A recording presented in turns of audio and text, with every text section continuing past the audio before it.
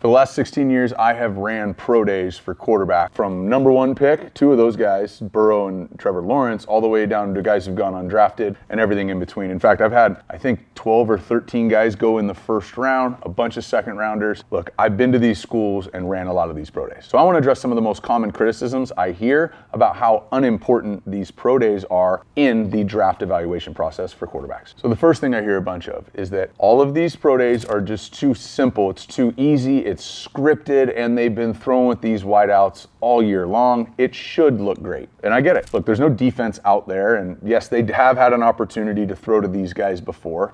Now, side note, not all of them are their current teammates. Sometimes there's been a lot of pro days where I'm grabbing one or two or three guys, adding them in for that pro day because there's not enough bodies at that school in terms of players that are getting ready for the draft. So that's not always the case, but yeah, there's not a defense out there. It is simple and it is scripted. But so are the first 10 to 15 plays of every NFL game. You've walked through it, you've talked through it, you've repped it out, and you throw to those guys, unless you're in a situation where there's like some chaos and you didn't get a chance to do that. Shout out Josh Dobbs on that one. But anyways, I've also seen guys at the NFL Combine struggle to throw to, even though it's the best receivers in the draft, guys are running at different paces, guys are slipping in the top of their break. I remember watching Justin Herbert struggle, in my opinion, at the Combine a little bit with some bad throws, which ended up being completely irrelevant because he's one of the best young players in this league. So when you're running routes on air, on time to guys you've rehearsed it with, the reality is you should look great.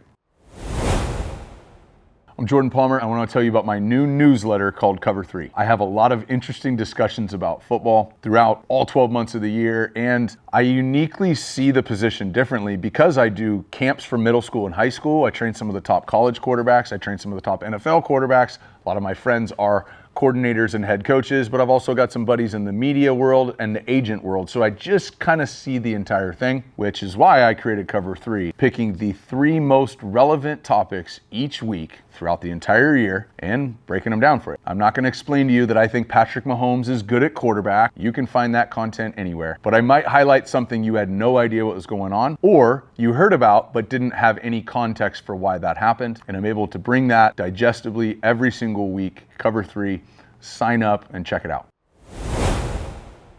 Second thing I hear, the pro day is the least important part of the evaluation process. To that one, I largely agree. But notice I didn't say unimportant part, it's still factored in. When teams are narrowed it down to 2 players and you've got a room full of people arguing about why they have this person higher than that person, sometimes a pro day can come into that conversation. Now, I don't believe a great pro day can move you ahead, but I do believe a bad pro day or elements of a bad pro day can potentially put someone else in front of you. Pro days is not just drop back and throw. When you're a player, and I run these things, I narrate them. I'm telling everybody indoor facility everything that's about to happen, the next throw. You look around and it's like, okay, that's Bill Belichick, that's Mike Tomlin, that's the owner of that team, that's the GM. There's some nerves that set in when you've got a couple hundred people in a circle around you, it's dead silent, and everybody is just standing there staring at you. Which brings me to my last piece of criticism I hear on pro days, which is this one single throwing session isn't gonna move the needle in your draft stock. I agree.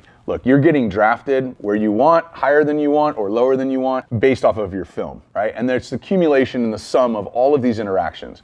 But a pro day is not just a throwing session. Particularly for the higher pick guys, there's a quarterback meeting before the pro day in the quarterback room with a team or 2. Then there's usually a lunch afterwards and a dinner that night, and sometimes a dinner the night before the pro day as well, with different teams jockeying for that one-on-one time in a different setting. Going to a steakhouse with the owner, GM, team president, head coach, coordinator, position coach, strength coach. Going to that steakhouse and having that dinner is a much different interaction than you get at the Combine or that you get on these 30 visits. So the pro day is not just the throwing session, it's all of the interactions that happened around it, and it's not so much how the ball came out of your hand that day, it's how you carried yourself throughout all of those interactions, and ultimately, how the ball came out of your hand that day. So, are pro days an underappreciated aspect of the draft evaluation process? No. But ask any quarterback who ended up getting drafted in the spot they wanted to the team they wanted, go back and look at their pro day, and I'll bet you 99% of the time, they felt really good about how they handled themselves that day, or a team that got even 1% more clarity from a pro day.